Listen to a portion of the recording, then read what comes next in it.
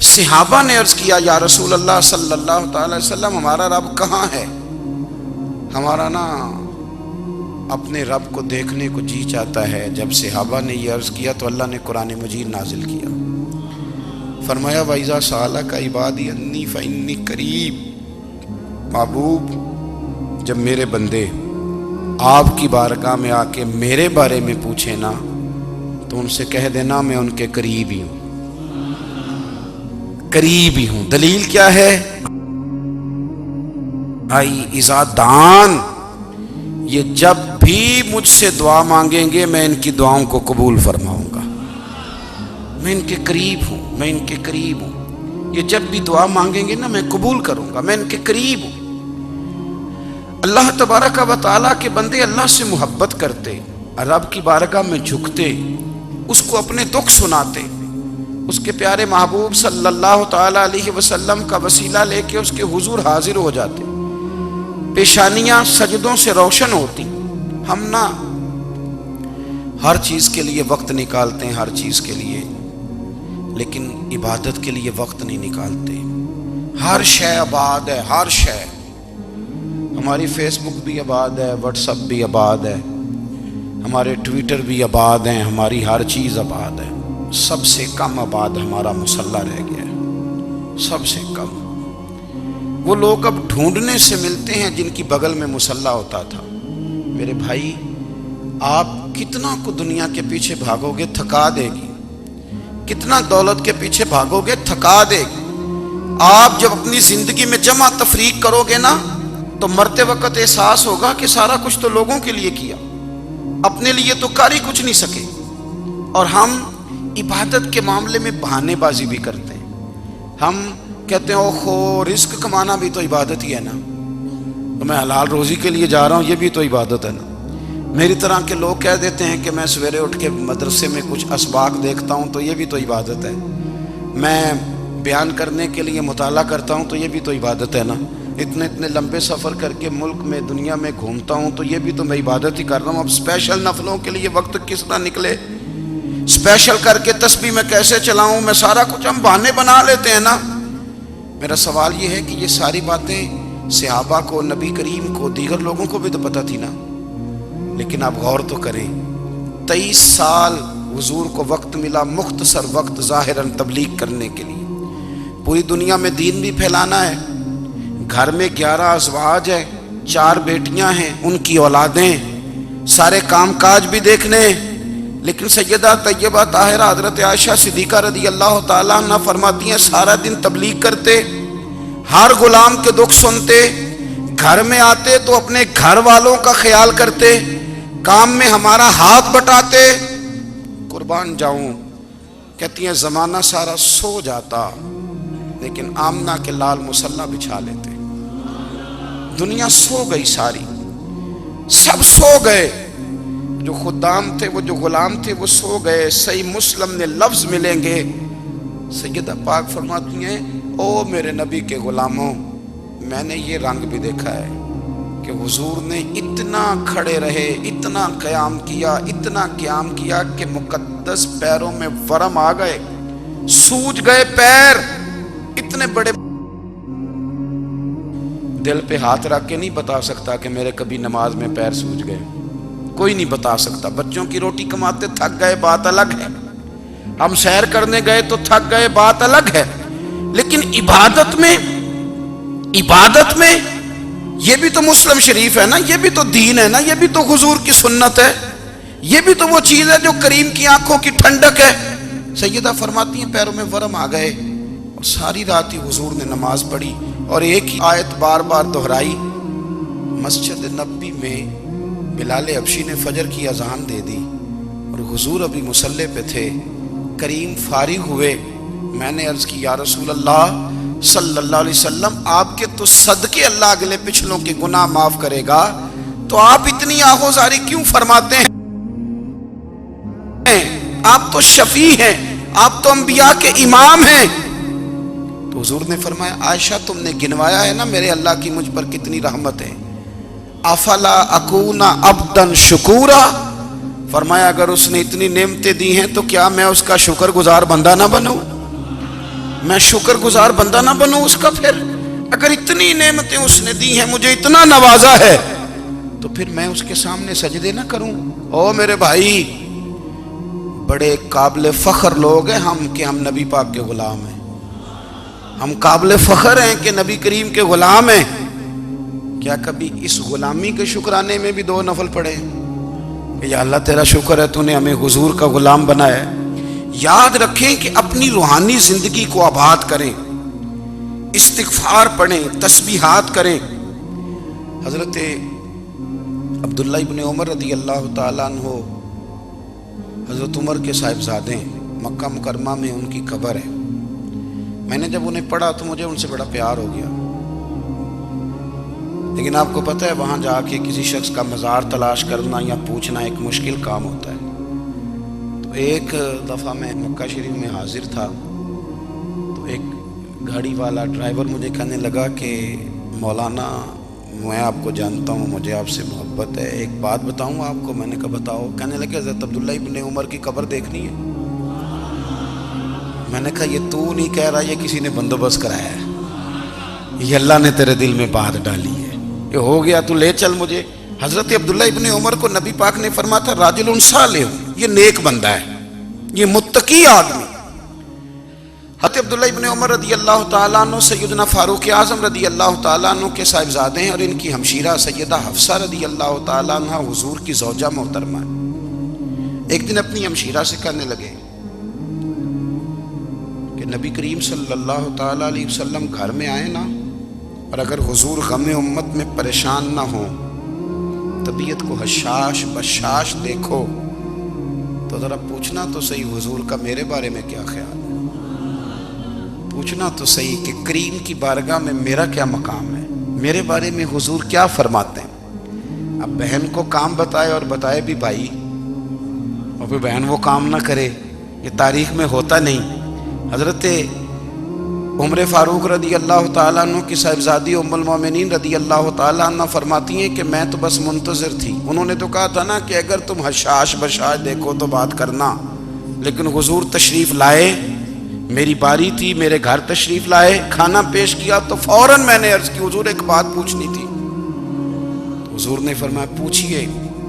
میں نے عرض کی حضور میرے بھائی عبداللہ ابن عمر کے بارے میں آپ کا کیا خیال ہے؟ نوجوانوں میری بات پہ غور کرنا، میرے بھائی کے بارے میں آپ کا کیا خیال ہے؟ تو نبی کریم صلی اللہ تعالیٰ علیہ وآلہ وسلم نے میری طرف دیکھا، اور پھر حضور زیر لب تھوڑا مسکرائے. اور بریلی کے امام کہتے ہیں کہ حضور مسکرا دیتے تھے نا تو جو بڑا دکھی ہوتا تھا وہ بھی ہنس پڑتا تھا. اب سوال پیدا ہوتا تھا کہ پھر تو اس مسکراہٹ کے لیے انتظار کرنا پڑتا ہوگا کئی مہینے کہ حضور مسکرائیں تو رونے والے ہنسیں. تو اعلیٰ حضرت فرماتے نہیں، انتظار نہیں کرنا پڑتا، یہ مسکراتے رہنا تو حضور کی عادت ہے. جس کی تسکین سے روتے ہوئے ہنس پڑے، اس تبسم کی عادت پہ لاکھوں سلام. یعنی یہ تو عادت ہے حضور کی مسکراتے رہنا، اس کے لیے انتظار نہیں کرنا پڑتا. بھائیو آپ خیال رکھیں گے، غور کریں گے. حضرت عبداللہ ابن عمر رضی اللہ تعالیٰ عنہ کے بارے میں پوچھا تو سیدہ فرماتی ہیں کہ نبی کریم صلی اللہ تعالیٰ علیہ وسلم نہ زیر لب مسکرائے اور فرمایا حفصہ تیرا بھائی ہے تو اچھا، لیکن میں نے سنا ہے کہ عشاء کی نماز پڑھتا ہے تو فجر تک سویا ہی رہتا ہے. او نوجوانوں، 10 بجے تک سونے کی بات نہیں ہوئی، 9 بجے تک سونے کی بات نہیں ہوئی، 11 بجے اٹھنے کی بات نہیں. حضور فرمانے لگے میں نے سنا ہے کہ عشاء کی نماز پڑھ کے سو جاتا ہے اور فجر تک سویا ہی رہتا ہے، اسے چاہیے کہ تہجد کے وقت اٹھا کرے، اللہ کی بارگاہ میں حاضر ہوا کرے، آہوزاری کرے، سجدے کرے، عبادت کرے. اٹھتا ہے اور فجر میں جا کے اٹھتا ہے. حضرت جناب حفصہ رضی اللہ تعالیٰ عنہ کہتی ہے میں نے جناب عبداللہ ابن عمر کو پیغام دیا اور میں نے کہا میرے جوان بھائی سن.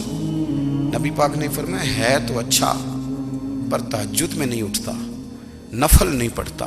او میری ملت کے جوانوں، مزہ نہیں آ جاتا جب ساری دنیا سوئی ہو، ساری دنیا، اور بستر بھی گرم ہو اور نیند بھی پورا غلبہ کر رہی ہو، اور اچانک گھنٹی بجے دماغ میں آنکھ کھلے گھڑی پہ نظر پڑے 3:30-4 بجے کا پیغام گھڑی بتائے، اور کوئی چڑھتی جوانی والا اٹھ کے وضو کرے، اور جب وہ مصلی کھول کے بچھائے تو مدینے والے محبوب کہتے ہیں کہ ہر نماز پہ رب ثواب دیتا ہے، اور جو اٹھ کے تہجد کی نماز پڑھے اسے دیکھ کے تو رب مسکراتا ہے، جو اس کی شان کے لائق ہے، جو اس کی شان کے لائق، وہ مسکراتا ہے، خوش ہوتا ہے کہ میرا بندہ تہجد میں اٹھ گیا، وہ مسکراتا ہے۔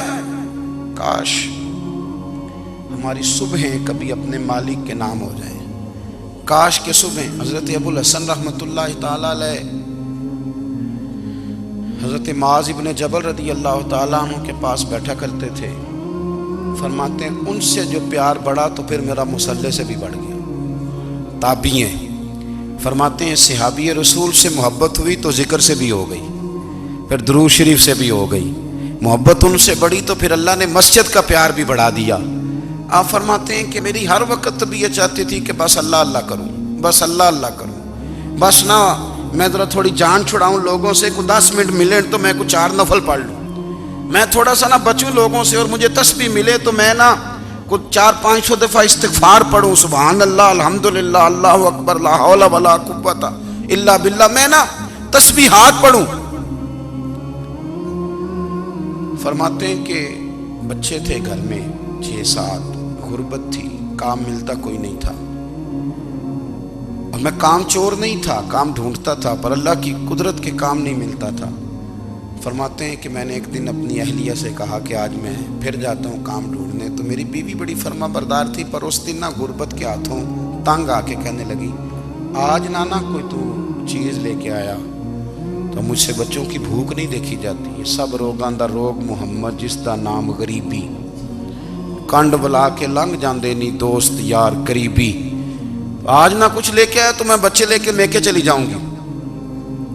شیخ فرماتے ہیں کہ میں بڑا پریشان گھر سے نکلا، پر میں نے صبح سے لے کے زور تک کام ڈھونڈا، کام ملا کوئی نہیں، تو میرے دل میں خیال آیا چلو کام نہیں ملتا تو اللہ اللہ تو کرے نا، چلو بندوں کی مزدوری نہیں ملتی تو رب کریم کی عبادت ہی کرتے ہیں۔ فرماتے ہیں کہ میں نے نا فرات کے پانی سے وضو کیا، نہر کے، شدید دھوپ تھی، ساتھ ریت تھی اور ریت تپ رہی تھی، میں نے اپنا رومال وہیں مصلی کے طور پر بچھا لیا، اور فرماتے ہیں کہ زور سے لے کر عصر تک نماز پڑھی، دھوپ بھی پورے زور پہ، پر میرے سجدے کا ذوق بھی پورے زور پہ۔ فرماتے ہیں سورج بھی چمک رہا ہے اور رب کی عبادت کا ذوق بھی پورے زور پہ، میں سجدہ کروں تو پھر میرا اٹھانے کو جی نہ چاہے۔ میرے استاد لکھا کرتے تھے، یہ ان کا شعر ہے، وہ کہا کرتے تھے مجھے سوز دے، مجھے ساز دے، اور مجھے نیم شب کا نیاز دے، دم سجدہ خود کو میں توڑ دوں، مجھے ایسا ذوق نماز دے، اور میں تیری بہار کا پھول ہوں، میں کھلا بھی ہوں تو تیرے لیے، مجھے میری شاخ سے توڑ لے، مجھے اپنی زلف کا ناز دے۔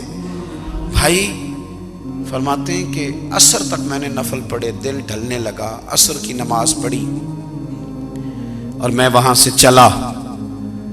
اب میں جب نکلنے لگا تو دل میں خیال آیا کہ چھوٹی چھوٹی دیواریں ہیں گھر کی، بغیر کچھ لیے جاؤں گا تو بیوی دور سے دیکھے گی تو شور کرے گی کہ پھر خالی ہاتھ آ گیا ہے۔ کہتے میں نے اپنی اسی رومال میں جس پہ میں نے نماز پڑھی تھی نا، رومال میں کی آخی دے پنجابی جو صافہ کہتے ہیں، اسی میں نا میں نے کچھ ریت بھر لی کہ وہ دور سے دیکھے گی تو سمجھے گی کچھ لے کے آیا ہے، چلو جا کے اسے بتا دوں گا کہ آج پھر مزدوری نہیں ملی۔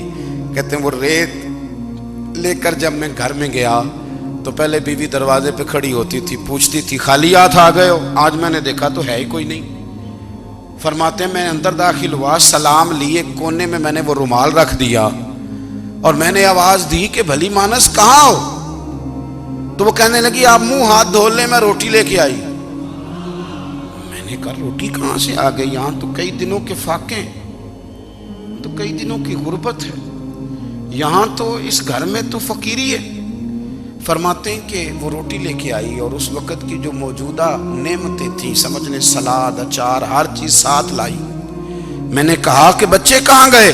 کہنے لگی وہ کھانا کھا کے کھیلنے گئے، آپ کھانا کھا لیں آ جاتے۔ کھانا اس نے چن دیا۔ میں نے حیرت انگیز لہجے میں ساری نعمتیں اپنے دسترخوان پہ دیکھ کر کے بیوی سے پوچھا یہ کہاں سے آیا کھانا؟ بچوں کو تو نے کہاں سے کھانا کھلایا؟ یہ سارا کچھ کیسا ہے؟ کہنے لگی پتہ نہیں آج آپ کس کریم کی مزدوری کرنے چلے گئے تھے، پتہ نہیں کس کریم کی، میرے گھر میں تو اتنی نعمتیں آئی ہیں کہ مجھ سے سنبھالی نہیں جا رہی، اتنا اناج ہے، اتنا گندم ہے، کس کریم کے دروازے آج چلے گئے تھے؟ یہ کہتے کہتے وہ اٹھی اور اٹھ کر کے کہنے لگی پہلے بڑا کچھ آیا تھا، اب کیا لے آئے ہو؟ اور جا کر کے نا اس نے وہ ریت والا رومال کھولا، کہنے لگے میں تو لے کے آیا تھا ریت، تو میرے رب نے اسے بھی سونے اور ہیرے بنا دیا تھا۔ جب آپ کی توجہ اللہ کی جانب، میرے نبی پاک صلی اللہ تعالی علیہ وسلم نے فرمایا ہر چیز اپنے رب سے مانگ، ہر چیز مانگ، ہر چیز مانگ۔ یا رسول اللہ کیا کچھ؟ میرے محبوب نے فرمایا تیرے گھر میں نمک بھی ختم ہو جائے تو وہ بھی اپنے رب سے مانگا کر، تو مانگنا وہ تجھے دے گا، تو اس کی بارگاہ میں کشکول طلب دراز تو کرنا۔ اور ترمذی شریف میں عجیب لفظ ہے، رسول کائنات نے فرمایا، رب کریم فرماتا ہے جب میرا بندہ ہاتھ اٹھاتا ہے نا تو مجھے حیا آتی ہے کہ میں خالی کیسے لوٹا دوں اس کے۔ اتنے بڑے بادشاہ کی بارگاہ میں، او بھائی لوگوں سے عزتیں تلاش کرتے ہو تو وہ کیا تمہیں عزت دیں گے؟ وہ تو کل اچھا کہتے ہیں پرسوں برا کہنے لگ جاتے ہیں۔ لوگوں کے سامنے گڈ بک میں آنا چاہو گے تو وہ تو سویرے تمہارے بارے میں کچھ کہیں گے، شام کچھ اور کہیں گے۔ اپنی روحانی زندگی آباد کریں، اپنے مسلح کو وقت دیں، اور دنیا سے چھپ کر اس موبائل کو بند کر کے اور اپنے آپ سے بھی چھپ کے اور تنہا ہو کے چھپا کے سارا کچھ اپنے آنسو اپنے رب کی بارگاہ میں پیش کریں، اس کے حضور حاضری دیں۔ سنو نا ترمذی کی حدیث، اور اسے یاد رکھنا، نبی پاک علیہ السلام نے فرمایا اپنے دکھ لوگوں کے سامنے نہ بیان کرنا، سیٹھوں نوابوں کو نہ بتاتے پھرنا، دنیا داروں کے سامنے جا کے نہ رونا کہ میں تکلیف میں ہوں۔ فرمایا اگر دنیا داروں کو دکھ بتاؤ گے رب تمہیں کبھی غنی نہیں کرے گا، اور لوگ ہیں کہ الٹا مذاق اڑائیں گے۔ آپ کی جس سے بڑی پکی یاری ہے نا، پکی، وہ تب تک پکی ہے جب تک آپ نے 50,000 مانگا نہیں، اور جس وقت آپ نے کہہ دیا کہ میں مجبور ہوں میری مدد کر تو پھر ختم ہو گئی دوستی۔ لوگوں کے تعلقات آپ کے ساتھ تب تک ہیں جب تک آپ ان سے کوئی ضرورت وابستہ نہیں کرتے۔ کریم محبوب فرمانے لگے بندوں کے سامنے دکھ نہ بیان کرنا، اللہ تجھے کبھی غنی نہیں کرے گا۔ تو اپنے دکھ اپنے رب کو بتا، تو دعائیں مانگ، تو اس کی بارگاہ میں حاضر ہو، تو اس کے حضور عرض کر۔ فرمایا اپنے دکھ اپنے رب کو بتا، وہ جلدی کرے یا دیر سے کرے تجھے ساری دنیا سے بے نیاز کر دے گا، تجھے کسی کا محتاج نہیں رہنے دے گا۔ اپنے مسلح کو، اپنی دعاؤں، ایک بزرگ فرماتے ہیں میں نے دعا مانگنے کا طریقہ اپنی بیوی سے سیکھا، دعا مانگنے کا طریقہ اپنی، سیکھنے والے تو اپنے بچوں سے بھی سیکھ لیتے ہیں، سیکھنے والے تو ہر ایک سے سیکھتے ہیں۔ وہ کہتے ہیں میں نے دعا مانگنے کا سلیقہ اپنی بیوی سے سیکھا ہے۔ حضرت وہ کس طرح؟ فرمانے لگے میری بیوی نے نا مجھے کوئی کام بتایا، کچھ پیسوں کی ضرورت کے لیے کہا، تو میں نے اسے کہا کہ بھئی ابھی میرے پاس نہیں ہے، کچھ دنوں میں آتے ہیں تو میں دے دوں گا۔ عورتوں کی عادت ہوتی ہے وہ بار بار یاد کراتی ہیں، 2-4 دنوں کے بعد پھر اس نے کہا حضرت وہ میں نے کہا تھا کچھ پیسے، میں نے اسے کہا کہ ابھی میرے پاس نہیں ہے، کچھ دنوں میں ملتے ہیں تو میں تمہیں دے دوں گا۔ اس نے کچھ دنوں کے بعد پھر کہا حضور وہ میں نے کچھ پیسے کہے تھے۔ فرماتے میں نے ڈانٹ دیا، میں نے کہا کہ کیا تو روز مجھے شرمندہ کرتی ہے، کہا نا میرے پاس نہیں ہے، ہوں گے تو دے دوں گا، تو روز یاد کراتی ہے۔ فرماتے ہیں اس نے پہلے تو میری ڈانٹ کو سہا، پھر میرے سخت جملوں نے اس کی آنکھوں میں آنسو پیدا کر دیے، پھر اس نے اپنے آنچل میں اپنے اس دکھ کو سمیٹا، اور پھر اس نے ایک جملہ کہا تو میں رو پڑا، اور مجھے اپنے رب سے مانگنے کا طریقہ آ گیا۔ مجھے کہنے لگی حضرت جی آپ نے ڈانٹ دیا میں نے سہ لیا، پر آپ ہی میرے شوہر ہیں، بتائیں نا آپ سے نہ کہوں تو میں کس سے جا کے کہوں۔ فرماتے ہیں میں رو پڑا، اور میں کھل کے رویا، اور میں تڑپ کے رویا، اور پھر میری سسکیاں بند گئیں۔ تو مجھے کہنے لگی آپ کو کیا ہوا؟ میں نے کہا مجھے بھی دعا مانگنی آ گئی ہے، جب میں اسے کہوں گا نا اللہ تو ہی میرا رب ہے، میں تجھ سے نہ کہوں تو میں کس سے جا کے کہوں، میں کیوں کسی بندے سے سوال کروں، میں کیوں کسی دنیا دار سے کہوں، میں تیرے بندوں کا، نیک بندوں کا وسیلہ لے کے، تیرے محبوب کی غلامی لے کے تیری بارگاہ میں آیا، تجھ سے نہ مانگوں تو کس سے مانگوں؟ سمجھ آ گئی ہے، جب میں اس رنگ میں مانگوں گا تو پھر رب میرے اوپر بڑا ہی فضل فرمائے گا، وہ میرے اوپر بڑی رحمت کرے گا، وہ میرے لیے آسانیاں کرے۔ عزیز دوستو، ہم اس طرح کرنے لگ گئے ہیں کہ ہم نے نا اپنے تعلقات پر اعتماد کرنا شروع کر دیا ہے۔ میرے تعلقات بہت ہیں، ہم نے اپنی دولت پر اعتماد کرنا شروع کر دیا ہے، میرے پاس دولت بہت ہے، ہم نے اپنے علم پر، اپنی شہرت پر اعتماد کرنا شروع کر دیا ہے کہ میرے پاس فلاں چیز بہت ہے۔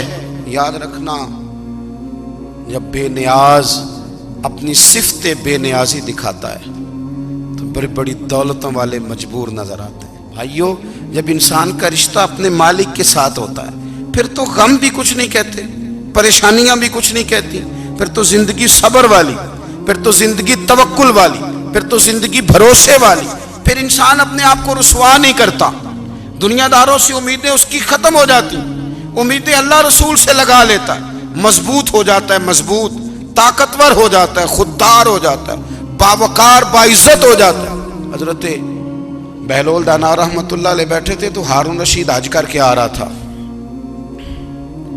تو رستے میں حضرت شیخ سے ملاقات ہو گئی تو السلام علیکم کے بعد کہنے لگا، حضور کوئی حکم ہو تو بتائیے گا۔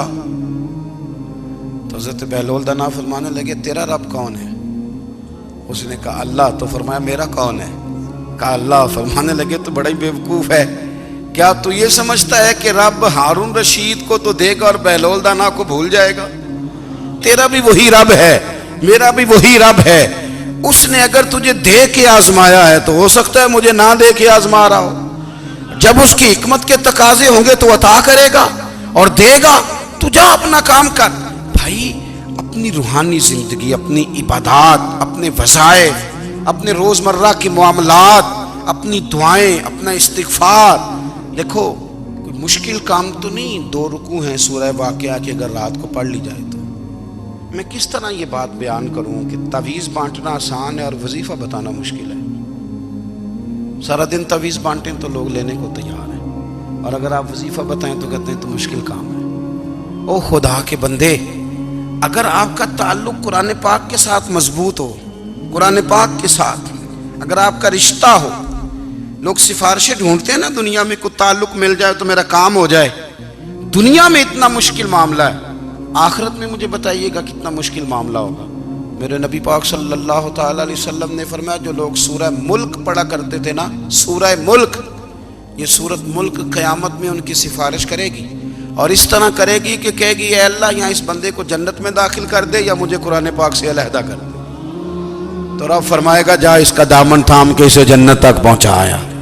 آپ بات کو سمجھیں، جب آپ کے تعلقات اپنے معاملات کے ساتھ مضبوط ہوں گے، یہ نبی کریم نے وعدہ کیا ہے کہ تو سورت واقعہ پڑھ، تیرے گھر میں فاقہ نہیں آئے گا۔ حضرت عبداللہ ابن مسعود رضی اللہ تعالیٰ عنہ بیمار تھے تو حضرت عثمان غنی رضی اللہ تعالیٰ عنہ تیمارداری کے لیے تشریف لے گئے اور جا کر کے کہا کہ آپ بڑے بیمار ہیں، آپ کی بیٹیاں زیادہ ہیں، میں چاہتا ہوں کہ خزانے میں سے کچھ مدد کروں۔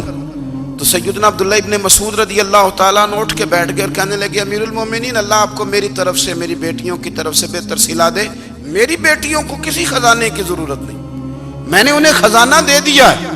کہا جناب آپ نے کون سا خزانہ دیا ہے، میں آپ کے مالی معاملات کو جانتا ہوں۔ تو فرمانے لگے، امیر المومنین، میرے نبی کریم نے فرمایا ہے جو سورت واقعہ پڑھے اسے کبھی فاقہ نہیں آتا، میں نے بیٹیوں کو یاد کرا دی ہے، یہ خزانہ میں نے انہیں دے دیا ہے۔ وہ سارے والدین سنیں جو بیٹیوں کے لیے پریشان رہتے ہیں۔ حضرت عبداللہ ابن مسعود نصیحت کر رہے ہیں، فرمانے لگے میں نے سورت واقعہ یاد بھی کرا دی ہے، پڑھنے کی عادت بھی ڈال دی ہے۔ حضور نے فرمایا ہے جو سورت واقعہ پڑھے اسے فاقہ نہیں آتا۔ کہنے لگے چاند تو اپنی جگہ چھوڑ سکتا ہے، سورج گر سکتا ہے، تارے ٹوٹ سکتے ہیں، پر مدینے والے رسول کی بات غلط نہیں ہو سکتی۔ حضور نے فرمایا فاقہ نہیں آئے گا تو انشاءاللہ کبھی بھی نہیں آئے گا۔ کرنے کا کام یہ ہے کہ ہم اپنے معاملات، اپنی عبادات، اپنی دعائیں،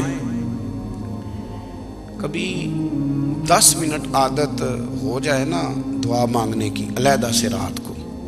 حضور نے فرمایا جو فرض نماز کے بعد دعا مانگے اللہ اس کی قبول کر لیتا ہے۔ نبی پاک صلی اللہ تعالی علیہ وسلم نے فرمایا اللہ مسافر کی دعا قبول فرماتا ہے۔ حضور نے فرمایا اللہ مظلوم کی دعا قبول فرماتا ہے۔ حضور نے فرمایا بیمار سے دعا کراؤ اللہ اس کی دعا قبول فرماتا ہے۔ میرے نبی پاک نے فرمایا ماں باپ جب بھی اولاد کے لیے ہاتھ اٹھائیں، ویسے تے بلے شاہ تو آسمانی اڈدیاں ہی پھڑ دیں، جڑا گھر بیٹھا انہوں پڑھیا ہی نہیں۔ حضور فرمانے لگے ماں باپ جب بھی اولاد کے لیے دعا فرمائیں اللہ ان کی دعا کو قبول کرتا ہے۔ آپ اپنا تعلق بنائیں، دعا کے ساتھ، عبادت کے ساتھ، مصلی کے ساتھ رشتہ بنائیں، استغفار پڑھیں۔ صلاح الدین ایوبی صلیبی جنگوں میں تھے، رات کو مسجد اقصیٰ میں نماز پڑھی تو پریشان تھے۔ ایک بزرگ سے ملاقات ہوئی تو وہ کہنے لگے کہ آپ بڑے پریشان ہیں۔ کہنے لگے حضور پریشان اس لیے ہوں کہ پہلے ہی مسلمان کمزور ہے، اب میں نے سنا ہے دشمن کا ایک بحری بیڑا وہ جنگی سامان سے بھرا ہوا آ رہا ہے، تو اب ان کے پاس اور تلواریں اور نیزے آ جائیں گے، مسلمانوں کے پاس پہلے ہی وسائل کی کمی ہے، پریشان ہو کس طرح کر کے مقابلہ کریں گے۔ یہ بات کہتے ہی صلاح الدین ایوبی نے بزرگوں سے کہا حضور آپ بھی دعا کرنا، دعا کی بڑی طاقت ہے۔ میرے نبی پاک نے فرمایا دعا مومن کا ہتھیار ہے، دعا مومن کا، دعا مومن کا۔ حضور نے فرمایا تقدیر کو سوائے دعا کے کوئی چیز نہیں بدل سکتی، دعا مومن کا ہتھیار ہے، یہ کافر کے پاس کوئی نہیں، یہ ہتھیار ہے مومن کا۔ اللہ کرے آپ کو سمجھ آئے، پھر سنیں، کئی بار کہہ چکا ہوں یہ ہتھیار ہے۔ کافر کے مقابلے میں جو تیرے پاس سب سے بڑا ہتھیار ہے وہ دعا ہے۔ دعائیں کرانی چھوڑ دی، کرنی چھوڑ دی، لینی چھوڑ دی۔ حضرت سیدنا انس بن مالک رضی اللہ تعالیٰ عنہ فرمایا کرتے تھے میں نے وہ رنگ دیکھا ہے جب حضور دعا مانگتے تھے اور حضور کی مقدس آنکھوں میں آنسو بھی ساتھ ہی بہا کرتے تھے، میں نے وہ انداز دیکھا ہے۔ تو صلاح الدین ایوبی بزرگ سے کہنے لگے آپ بھی دعا کیجیے، اور خود رونے لگے اور سر سجدے میں رکھ کے رونے لگے، اور عشاء سے لے کر فجر تک روئے، خوب روئے۔ صبح وہ بزرگ آئے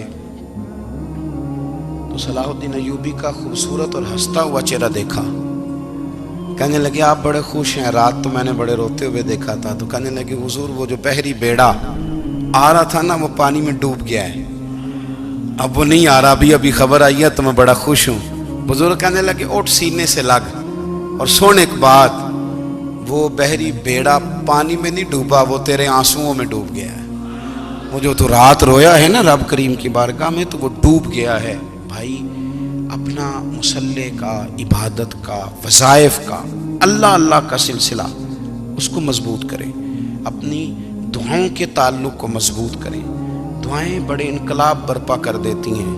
ہم تھوڑے تھوڑے نا جب سے خشک ہوئے ہیں نا، خشک، اور میری تو جماعت ہی صوفیاء کی جماعت تھی، ہم تو داتا علی اجمیری کی جماعت سے، ہم تو خواجہ اجمیری کی جماعت سے، ہم تو شیخ احمد فاروق سرہندی کی جماعت سے، ہم تو صوفیاء کی جماعت۔ ہماری جماعت نے بھی وہ تعلق جو ہمارے بزرگوں نے بنایا تھا۔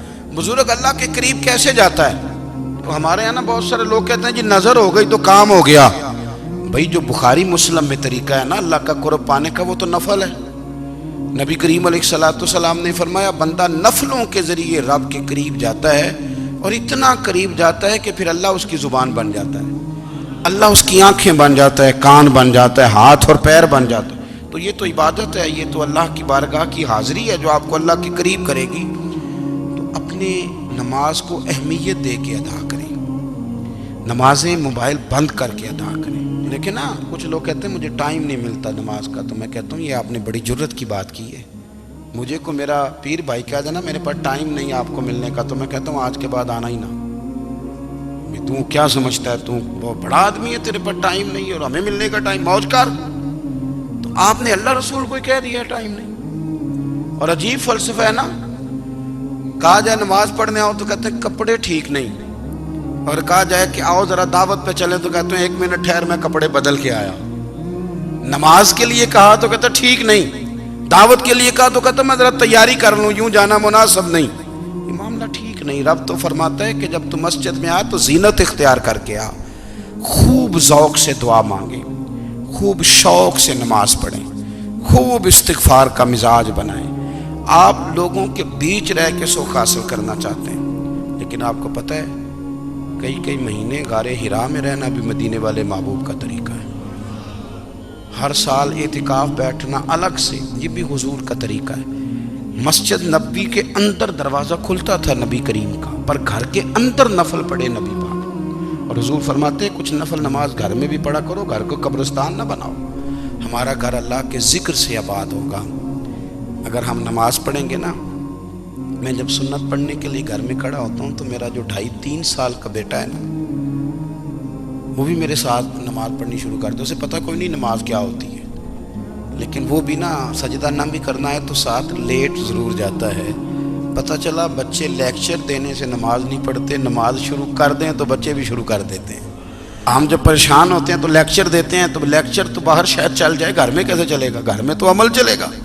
تو میرے عزیز، آج کے اس روحانی اجتماع میں ہمارے دوستوں نے جو محنت کی، ہم نے بار بار اپنی نیت سے پوچھا خدا ہمیں معاف کرے اگر کوئی ذاتی شہرت ہے، کوئی ہمارے ذاتی مفادات ہیں، رب ہمیں ہدایت دے. ہماری یہ خواہش تھی کہ روحانی اجتماع ہمیں تھوڑا سا اللہ اور اس کے رسول کے جانب مائل کرے، کچھ ہمارا رشتہ مصلی کے ساتھ مضبوط